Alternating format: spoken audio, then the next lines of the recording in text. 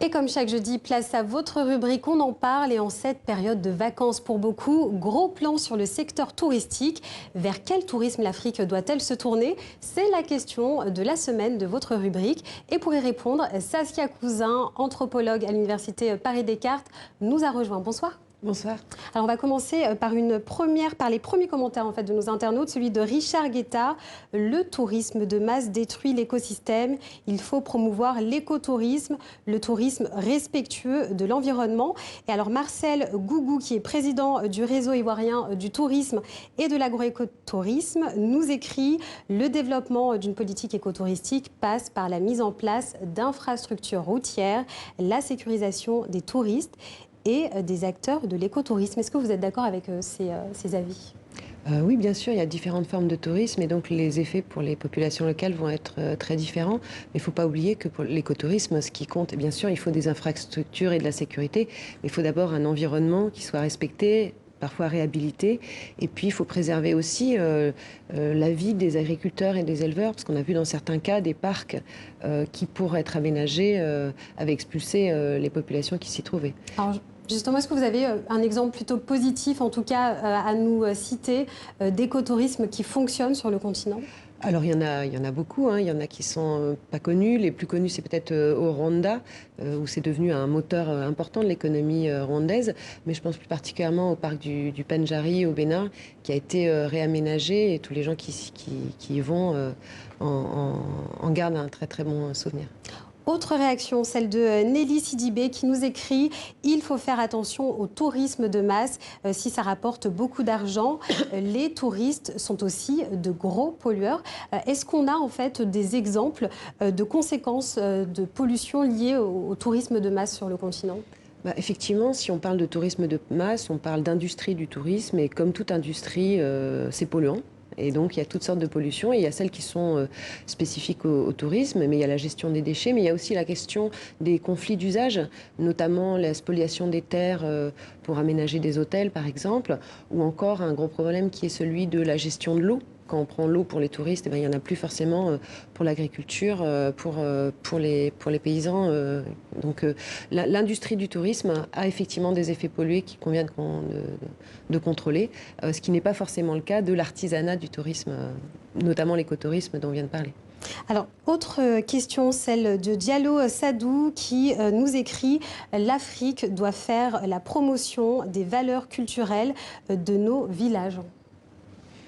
Oui, c'est très intéressant. Je pense qu'il y a un monde rural africain qui a gardé des savoirs, notamment ethnobotaniques, des valeurs, aussi tout un monde spirituel qui est très important pour les gens qui le découvrent. Et je pense qu'il peut être aussi important pour les classes moyennes urbaines qui envoient, par exemple, leurs enfants pour l'été. Je pense qu'il y a quelque chose de fondamental qui est vraiment un trésor qui reste encore à découvrir. Exploiter. On parle souvent des classes moyennes africaines, de leur essor. Est-ce que ces classes moyennes, finalement, elles sont intéressées par leur propre pays et elles font du tourisme dans leur pays respectif? Alors pendant longtemps, il y avait assez peu de classes moyennes. Il y avait une élite africaine qui partait pas en vacances chez elle et qui donc donnait le là en fait pour des vacances internationales. Mais avec l'émergence du classe moyenne, on voit des gens qui commencent à avoir, notamment pour des courts séjours, mais ça n'est pas encore quelque chose qui relève d'un désir. Et là, il y a quelque chose à construire sur l'envie de visiter son propre pays. Autre commentaire, celui de Koné, qui nous dit: il faut réaliser des documentaires valorisants qui peuvent servir de carnet de voyage comme on en voit ailleurs. Peut-être que cela peut même encourager les Africains sur place à aller visiter ces sites, car le tourisme, ce n'est pas seulement celui qui vient d'ailleurs. Effectivement, et c'est très important, c'est une histoire de désir et d'imaginaire. Pour pouvoir désirer un lieu, il faut qu'il existe dans les images, il faut qu'on en ait envie. Et donc, ça passe par des films, une vision plus peut-être optimiste. Et c'est comme ça aussi que les classes moyennes, justement, africaines pourront redécouvrir. Il faut aussi savoir et se souvenir que l'économie internationale du tourisme, elle est d'abord portée par ce qu'on appelle le tourisme domestique, c'est-à-dire les gens qui partent dans leur propre pays. Et donc, il faut peut-être se sortir de l'imaginaire d'un tourisme international. Souleymane Bachir disait qu'il faut décoloniser aussi en Afrique les imaginaires. Et là, je pense qu'il y a quelque chose dans le désir de partir chez soi qui reste à construire, notamment à travers des films, des images. Alors peut-être que le fait de décoloniser les imaginaires a peut-être un peu commencé. Est-ce qu'il y a un tourisme sous-régional qui se développe? Est-ce qu'on a des chiffres là-dessus? Alors justement, c'est le problème, c'est qu'on a très peu de chiffres, puisque les chiffres sont basés sur l'industrie aérienne, donc le trafic international et l'hôtellerie internationale. On a des données qualitatives, on peut observer qu'il y a justement des classes moyennes, notamment j'ai pu observer du Nigeria qui vont au Bénin, des Ivoiriens qui vont en vacances au Sénégal. Donc ça existe, mais on a un vrai problème de construction des indicateurs. On peut l'observer notamment en observant les plateformes de partage de commentaires ou les réseaux sociaux. Mais il reste à inventer une manière de connaître en fait ces pratiques qui ne passent pas par le transport aérien. Autre commentaire, celui de Fama qui nous dit « Seul le tourisme d'affaires sera le levier de l'investissement et du développement pour le continent ». Qu'est-ce que vous en pensez ? Alors là, je pense que, enfin, je suis pas d'accord. Je pense que justement le problème, c'est que les investissements, c'est très important le tourisme d'affaires, mais pour les affaires. Et les investissements sont faits essentiellement pour donc de l'hôtellerie internationale dans des grandes capitales, et que ça ne permet pas du tout de développer un artisanat du tourisme qui bénéficie aux populations locales. C'est pas parce que vous avez un 5 étoiles dans une capitale que ça va permettre aux visiteurs du pays ou d'autres pays d'accéder à des sites écotouristiques notamment. Moïse nous écrit « En Afrique, doit-on le souligner d'emblée, le tourisme n'est ni un levier économique, ni un frein au développement. C'est une activité sensible parmi tant d'autres en termes d'emploi et de recettes. » Oui, effectivement, il faut se souvenir que le tourisme n'est pas, quand on observe l'histoire du tourisme, n'est pas quelque chose qui enclenche le développement. Il faut avoir un minimum de sécurité, de confort pour pouvoir accueillir des visiteurs. Donc le tourisme peut accompagner le développement et la croissance économique, mais ça ne peut pas être une monoculture. Ça ne peut pas être le pilier, en tout cas économique, d'un pays. Pour ceux pour qui ça l'est, notamment les Maldives, ça pose d'énormes problèmes. Et c'est aussi que ça ne bénéficie pas forcément aux populations locales. La question, c'est comment est-ce que le tourisme est un moyen pour développer un pays et ne devient pas une fin. Autre commentaire, celui d'Yves Le Faroudek, qui nous écrit « Il faut améliorer la qualité des routes, avoir des hôtels de bon niveau et que les touristes se sentent en sécurité », nous écrit Devan.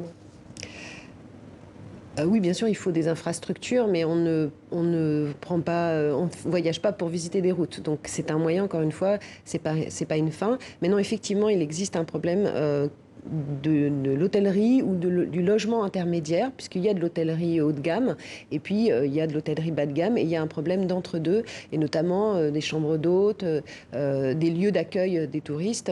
Pour les enquêtes que j'ai pu faire, on voit que souvent ils sont créés, montés par des expatriés. Occidentaux. Et là, c'est vraiment dommage, et c'est une question aussi de souveraineté. Donc ça pose la question de comment est-ce que peuvent être faits des investissements ou des prêts pour des locaux qui pourraient investir dans des petits lieux d'accueil et pas forcément dans de l'hôtellerie internationale. Alors notre internaute parle de sentiment de sécurité. Comment on fait pour véhiculer ce sentiment de sécurité auprès des populations ? Alors, il faut distinguer effectivement la sécurité du sentiment de sécurité ou du sentiment d'insécurité. Là aussi, il y a un travail à faire sur les imaginaires, que ce soit vis-à-vis des touristes locaux, nationaux, régionaux ou internationaux. Et effectivement, ça passe par le fait de connaître bien avant d'avoir le maximum d'informations sur l'endroit où on va, et puis de construire des images, enfin d'avoir des informations fiables et désirables.